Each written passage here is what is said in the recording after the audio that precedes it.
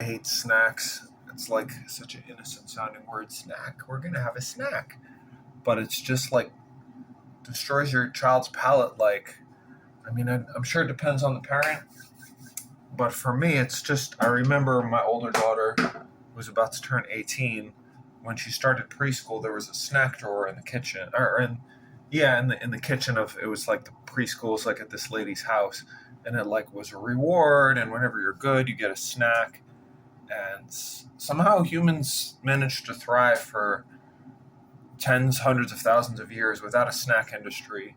With, you eat when everyone else eats, and if you go out to play, I'm sure people would bring an apple, bring some fruit, maybe bring some like dried, jerky or whatever. Humans have been, preserving foods in their own way for, thousands of years. But just, yeah, the snack thing, that like, I don't know, my youngest specifically, she just like, everyone's brain is different, and she just responds to like crackers and cookies and crisps and all this stuff like really strongly, and then she doesn't eat her lunch. And it's just exhausting. It's exhausting being a parent, feeling like you have to fight society, feeling like society is your enemy.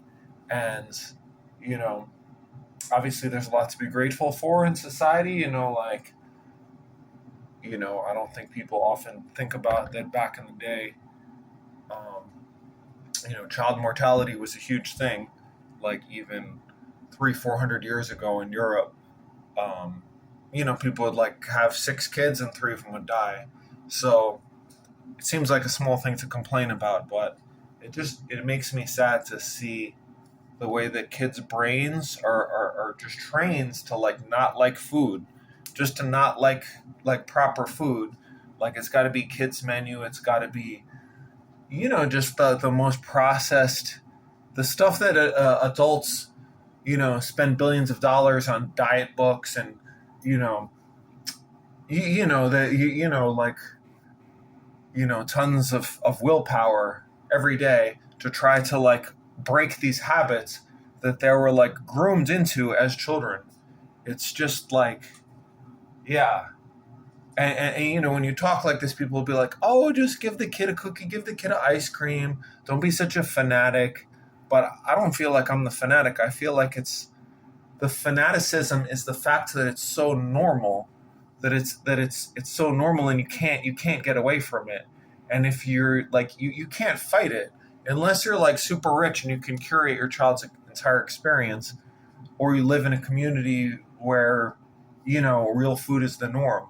um and again, like my kids, both of my biological children and my stepdaughter, my stepdaughter is much less susceptible. I don't know how much of it is genetic and how much of it is um, just culturally picked up.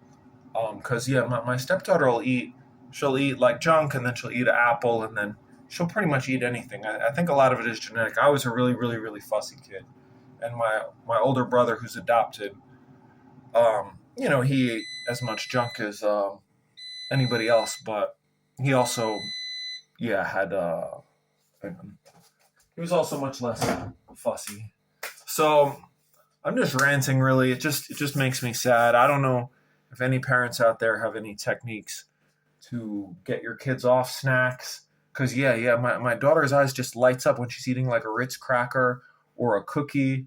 Like we went on a holiday where all the food was included with her grandmother. I'd never been to like a resort, any place like that. And the food was like pretty rubbish, honestly. There was like buffet style, but the food was not very good.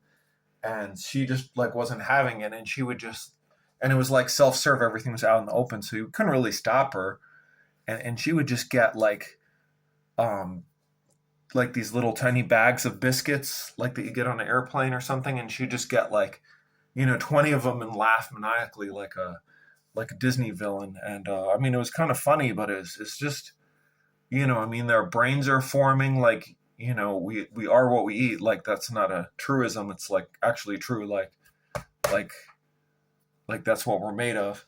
I mean, obviously the air we breathe and the water we drink as well, but oh yeah, I don't know. It's a struggle, and it affects kids behaviorally. I don't think this is still, I think it's starting to like penetrate the popular consciousness, but I still don't think people realize. I mean, it's funny, people realize themselves for grown-ups. They're like, oh yeah, if I eat really rubbish, I feel worse, I'm more grumpy, you know.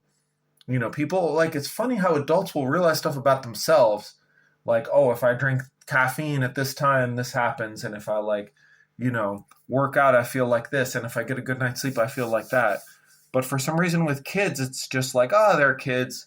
They're kids. Like, just let them do whatever.